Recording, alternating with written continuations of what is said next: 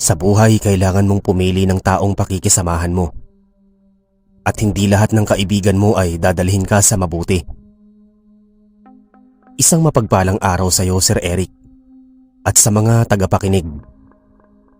Ako po si Emmanuel, natubong probinsya sa Samar.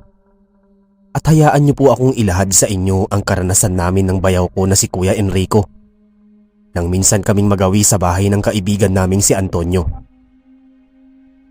Taong 1990, umalis sa Parañaque sina Ate Gina at Kuya Enrico dahil maselan ng pagbubuntis ng kapatid ko.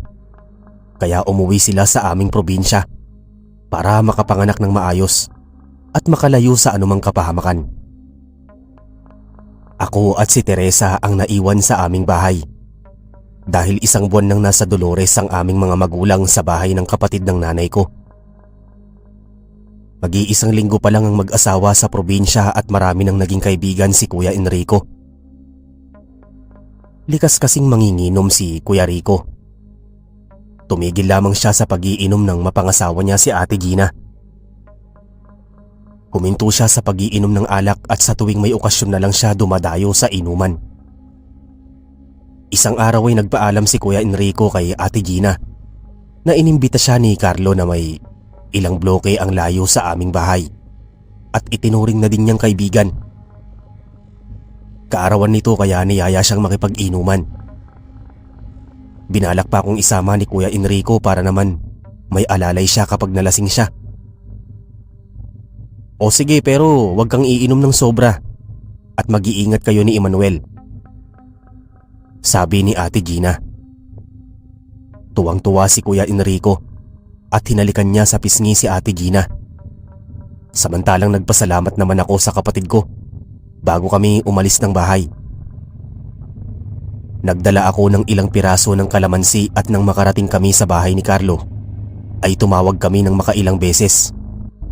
Pero walang sumasagot. Pero naririnig namin na parang may tinatadtad na kung anong bagay sa loob ng bahay. Kumatok sa pinto si Kuya Enrico at makalipas ang ilang sandali ay bumukas ang ilaw at bumukas ang pinto. Nasurpresa si Carlo at pinilit niyang ngumiti. Nako, pasensya na kayo at hindi ko kayo kaagad narinig. Naghahanda ako ng pulutan natin. Hali kayo at pumasok kayo sa loob para makapagsimula na tayo. Pumasok kami sa loob at napansin ko na walang ibang bisita si Carlo. Kaya napatanong ako, Ginoong Carlo, bakit para yatang wala kayong ibang bisita? Kasalukuyan naman dumiretso sa kusina si Ginoong Carlo bago siya tumugon sa akin. May bisita ako kaninang umaga kaso ay maaga din silang nalasing at umalis na. Maya-maya ay lumitaw si Ginoong Carlo na may 3 bilog at pagkatapos ay may kinuha siyang pulutan sa kusina. Pagbalik niya ay may dala siyang kinilaw na talaba. Pagkakita namin ni Kuya Enrico ay bigla kaming nagutom. Kaso bumigat ang pakiramdam ko nang maamoy kung gaano kalansa ang buong bahay, partikular ang hininga ni Ginoong Carlo. Inilapag niya sa mesa ang pulutan at binuksan niya ang 3 bilog. Sige, magumpisa na tayo nang makarami tayo. Mabuti pa ay tikman ninyo ang kinilaw na talaba bago tayo uminom ng alak nang malaman ninyo kung gaano ito kasarap. Suhestyon ni Ginoong Carlo. Hindi nag-atubili si Kuya Enrico at kinuha niya ang kutsara at tumikim ng kinilaw. Samantalang ako naman ay kinuha ko ang bote at tumungga ako. Hindi ako kumain ng kinilaw dahil medyo mabigat ang pakiramdam ko kay Ginoong Carlo at malakas ang kutob ko na hindi siya gagawa ng masama. Pinilit akong kumain ni Kuya Enrico subalit kung ano-anong pasakali ang mga sinabi ko at inaliw ko siya sa pagkikwento para hindi niya kumainggan yung tumikim ng kinilaw na talaba. Nagpatuloy ang aming kwentuhan at saglit kong tinanong si Ginoong Carlo. Ginoong Carlo, taga saan ka po ba? Tumugon siya. Taga Antique ako. Nagtanong muli ako. Hindi ba't maraming aswang sa Antique? Pero hindi niya ako sinagot. Bagkus ay inalok niya ako ng kinilaw kaya napilitan na akong kumain kaso medyo nahihilo na ako. Masarap naman pala ang kinilaw na talaba at nang mapasulyap ako kay Ginoong Carlo ay napansin ko na pangisi-ngisi siya at para ba siyang demonyo. Kaya kahit hilong-hilo ako ay talagang kinutuban na ako ng masama. Maraming naubos na kinilaw si Kuya Enrico. Kaya nang maubos na namin ang aming iniinom na alak ay nagsipag-uwian na kami. Pagkadating namin sa bahay ay biglang sumama ang pakiramdam ni Kuya Enrico. Tinawag ko si Ate Gina at Teresita sa may sala dahil biglang sumuka ng kinain na kinilaw si Kuya Enrico. Nangilabot ako habang namimilipit sa sakit ng tiyan ang bayaw ko. Binukot ko sa aking bulsa ang kalamansi at pinatakan ko ang mga kinilaw na talaba na kinain ni Kuya Enrico. At laking gulat ko at halos mapasigaw ako sa sobrang takot nang maging putol-putol na bituka ng tao ang mga talaba. Inutusan ako ni Ate Gina na magtungo sa bahay ni Mang Celso na isang albularyo. Kaya hindi na ako nag-atubiling. Lumakad na ako palabas ng bahay. Hindi naman kalayuan ang bahay niya at gising pa siya ng mga oras na yon. Kaya nang maipaliwanag ko sa kanya ang nangyari kay Kuya Enrico, ay nagmadali siyang sumama sa akin sa bahay namin. Pagkadating niya ay inihiga namin sa sopa si Kuya Enrico. Tinawas siya ni Mang Celso at may lumitaw na hugis ng tao mula sa palangga ng may kandila. Nako, mukhang balak lasunin at yang gawin si Enrico. Isang lalaki ang may kagagawan nito sa kanya. Saglit na idinilat ni Kuya Enrico ang kanyang mga mata at inalala ang mga nangyari. Sumilay ang galit sa kanyang muka. Hayop na si Carlo. Siya ang huli naming nakainuman ni Emmanuel at siya din ang nagpakain sa amin ng kinilaw na talaba. Posibleng siya ang may kagagawan nito. Nang maalala ko na kumain din ako ng kinilaw na talaba, ay naalarma ako at tumakbo ako sa may kusina at isinuka ko lahat ng mga kinain ko sa lababo at lumabas nga mula doon ang mga talaba. Pinalubog ko yun gamit ang tubig sa tabo at pagkatapos ay bumalik ako sa may sala. Kasalukuyang minamasahe ni Mang Celso sa tiyan si Kuya Enrico.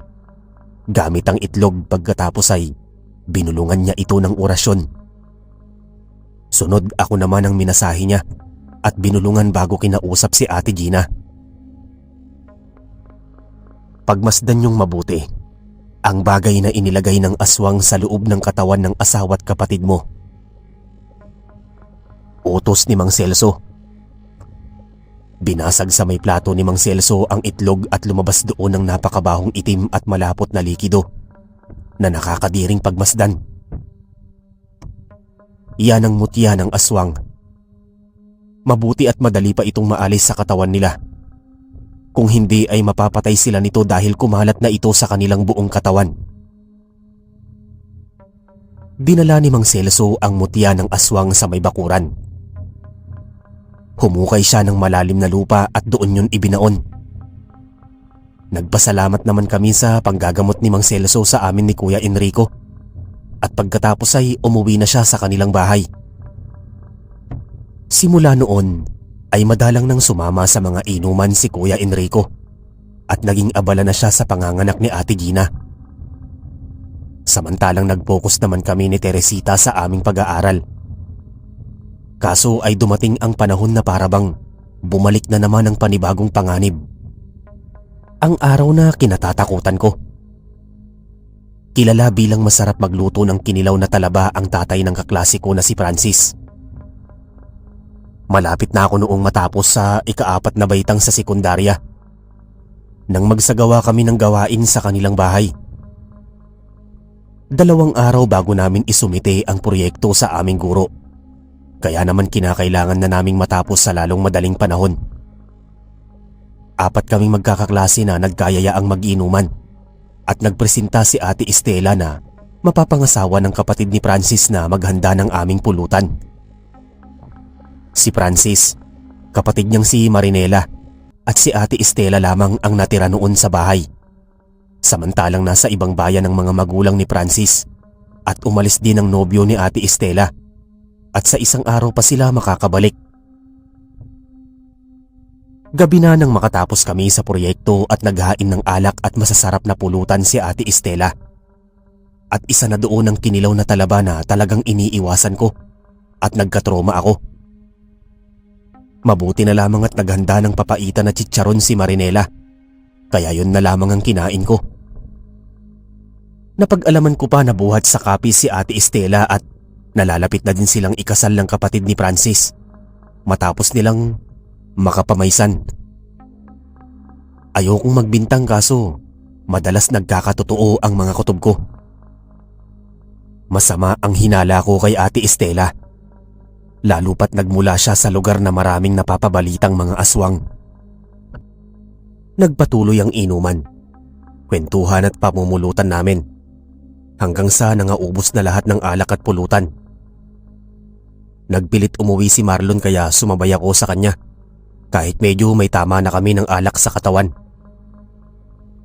Medyo kinakabahan din ako at hindi ko kayang makitulog sa bahay ni Francis dahil sa takot ko kay Ate Estela. Nasulyapan ko siyang biglang nanlisik ang mga mata at para bang tuwang-tuwa na naubos nila Luis at Francis ang hinain niyang kinilaw na talaba. Mula pa lang sa mga nakita ko ay nasabi ko sa sarili ko na hindi ko mapagkakatiwalaan si Ate Estela. Naisip ko siyang isumbong kay Francis sa kasunod na araw kapag nawala na ang alkohol sa kanyang katawan. Subalit nang bumalik ako sa kanilang bahay ay nadatnan ko siyang may sakit at nagpatawag ng albularyo si Marinela dahil dire-diretso pa rin ang pagsusuka nito. Sumagi sa isip ko si Ate Estela kaya tinanong ko si Marinela. Siya nga pala, nasaan si Ate Estela? Bakit yata wala siya dito? Tumugon si Marinela. Umalis siya.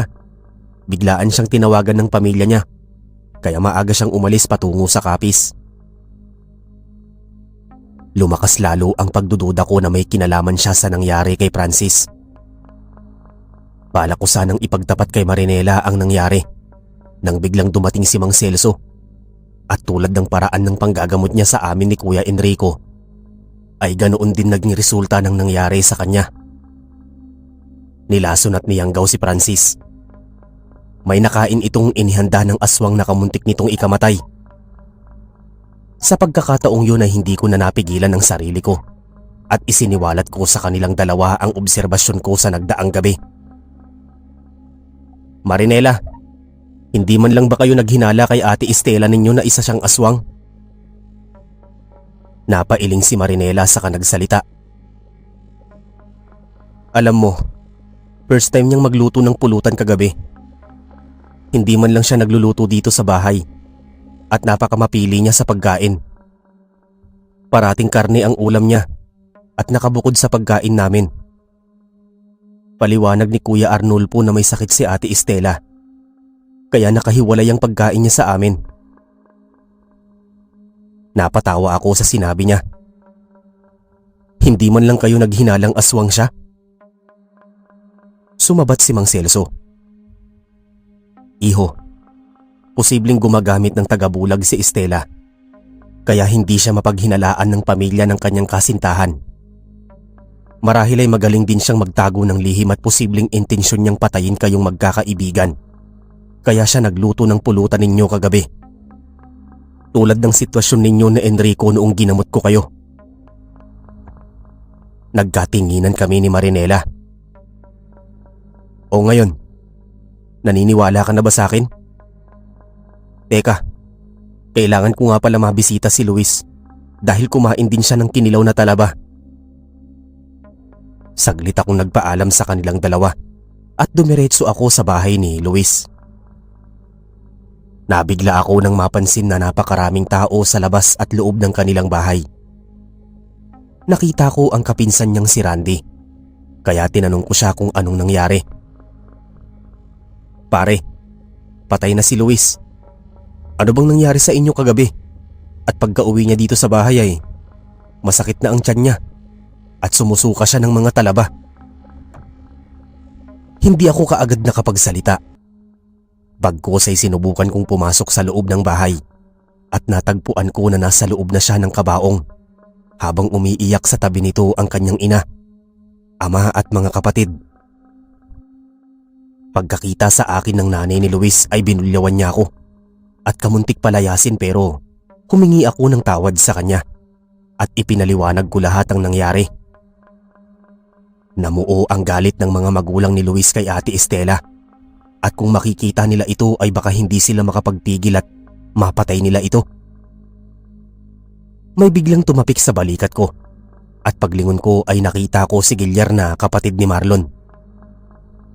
Nabanggit niya na nag-agaw buhay si Marlon noong bukang liwayway, pero nagpapasalamat siya at nailigtas ni Mang Celso ang buhay nito bago ginamot si Francis. Nagtataka pa siya kung walang nangyari sa akin samantalang may namatay sa mga kaklase ko. Sinabi ko sa kanya na hindi ako tumikim ng kinilaw na talabang niluto ni Ate Estela dahil nagkaroon na din ako ng karanasan ng malason at mayanggaw sa inuman noon, kaya iniwasan ko ng kumain ng basta-bastang pulutan.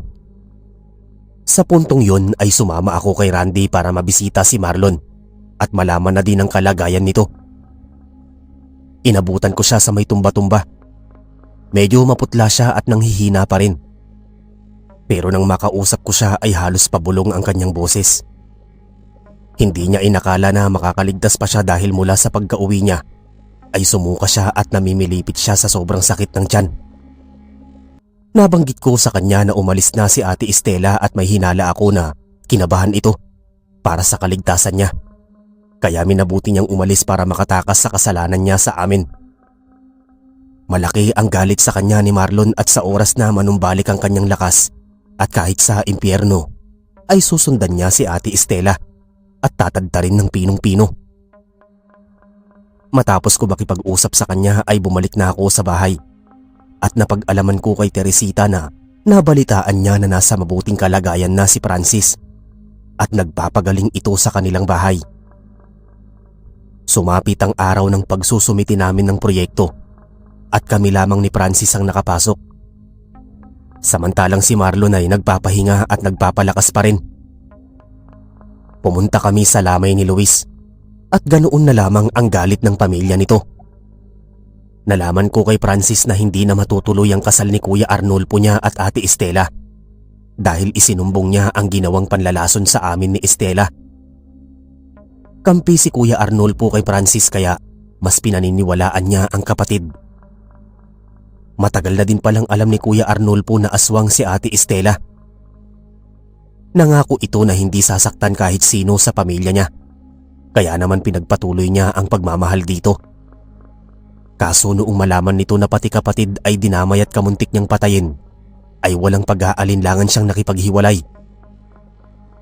Mabuti na rin at nangyari dahil hindi sila malalahian ng aswang at hindi na rin makakabalik si Ate Estela sa kanilang pamamahay. Sumapit ang araw ng libing at sama-sama kaming tatlong magkakaibigan na dumalo sa libing ni Luis. Sobrang nagdalamhati kami sa kanyang pagkamatay, pero nananatili sa puso ni na Francis at Marlon ang paghihiganti para magkaroon ng hustisya ang pagkamatay ng aming kaibigan. Minsan ay pinagbalakan ni Francis magtungo sa kapis, pero pinigilan siya ng kanyang mga magulang, kaya pinagdasal na lamang niya na dumating ang araw na makaharap na muli si Ate Estela. Pinakinggan nga ng Diyos ang kanyang panalangin. Isang araw ay may dumating na pamilya na naninirahan sa may bundok. Usap-usapan ng mga taong nakatira na may ilang kilometro ang layo sa bahay ng mga ito ay pamilya sila ng aswang. Tuwing magtatakip silim sila lumalabas at nakasuot pa ng blusang itim. Binubuo sila ng ina at tatlong magkakapatid na mga babae, at ang isa sa kanila ay kawangis ni Ate Estela. Hindi nagtagal ay may nabiktimang may sakit sa di kalayuan sa aming lugar. Inaswang ang matandang si Casilo at natagpuan na lamang siya ng kanyang pamilya na nilalangaw at isang malamig na bangkay sa kanyang kama. Hindi lamang siya ang nabiktima nito. Mayroon pang buntis na naagasan at nakita pa ng kanyang asawa sa may gawing silong ang imahe ni Ate Estela bago ito nakatakas palayo. Noong mabalitaan namin yung magkakaibigan ay naalerto kami. Pero nakita ko ang kagalakan sa mukha ng mga kaibigan ko dahil sa wakas ay makakaharap naming muli si Ate Estela.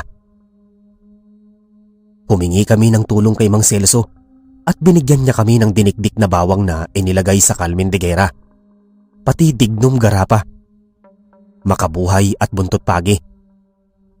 Naisip namin na baka balikan kami na Ate Estela dahil gusto rin niyang magiganti sa amin dahil kami ang dahilan kung bakit naghiwalay sila ng kapatid ni Francis at nabunyag ang kanyang pagkaaswang. Sumapit ang isang gabi. Natagalan kami sa pagsasagawa ng aralin sa paaralan at halos mag-aalas 6 na kami nakauwing magkakaibigan. Dumaan kami sa may pilapil na shortcut para makarating sa aming kanya-kanyang mga bahay. Biglang lumakas ang malamig na simoy ng hangin na tumutusok sa aming mga balat. Hindi maganda ang panahon. Nakakarinig pa kami ng mga kaluskos sa paligid, pati mga yabag ng paa na para bang may mga sumusunod sa amin. Kumaripas kami ng takbo at nagsipagtago sa may kakahuyan. Pero bago pa kami makarating sa isang malaking puno ng mangga, ay may humarang sa aming isang matandang babae na may mahahabang kuko at matutulis na pangil. Mabuti na lamang at nadala ko na ang kalmendigera. Inihagis ko at eksaktong pumasok sa bibig ng aswang. Umusok ang bibig niya, pati ang buong muka. Lumitaw pa sa harapan namin ng 3 pang kadalagahan, kaya napilitan kaming makipaglaban. Inilabas ni Marlo ng buntot pagi at hindi ko alam kung paano nagkasya sa kanyang bagyon. Hinampas niya ng hinampas ang babaeng aswang at nasunog ang buong katawan nito. Samantalang si Francis naman ay binuhusan ng langis ang kanyang katunggaling aswang buhat sa hawak niyang garapa. Nanginig at nasunog ang 2 dalagang aswang at ang tanging natira na lamang ay ang pamilyar na babae, si Ate Estela. Nahirapan kami sa pakikipaglaban sa kanya dahil nagbagong anyo siya bilang malaking aso. Sinugod niya kami at tumilapon kaming magkaibigan sa lupa. Balak sana niya kaming kagatin pero biglang lumitaw sa harapan namin si Mang Celso na may hawak na sundang at asin. Sinabuyan niya ng asin si Ate Estela, kaya panay ang pag-atras nito. Hindi nagtagal ay nag-anyong ibon si Ate Estela at lumipad siya sa sanga ng punong kahoy. Inilabas ni Francis ang tirador niya mula sa bag. Iniabot ni Mang Celso ang isang binilog na asin at inasintang mabuti ni Francis ang sanga, at bago pa makalipad pa sa malayong direksyon ng aswang ay pinatamaan niya ito at sumabog ang asin sa buong katawan ng aswang. Sumabog siya at walang natira sa kanyang katawan. Napatay namin ang mag-iinang aswang, lalo na si Ate Estela. Tuwang-tuwa kaming magkakaibigan na naipaghiganti na namin si Luis. Nanumbalik sa kaayusan ng aming bayan at iniiwasan naming magkakaibigan na makipag-inuman sa kung saan-saan at kung kani-kanino lang. Naging aral sa amin ang mga naging karanasan namin na kamuntik nang maging mitsa ng aming mga buhay. Dito po nagtatapos ang aming karanasan sa aswang. At maraming salamat po sa inyong pagpili sa kwento. At maraming salamat din po sa pakikinig ninyo. Sa buhay kailangan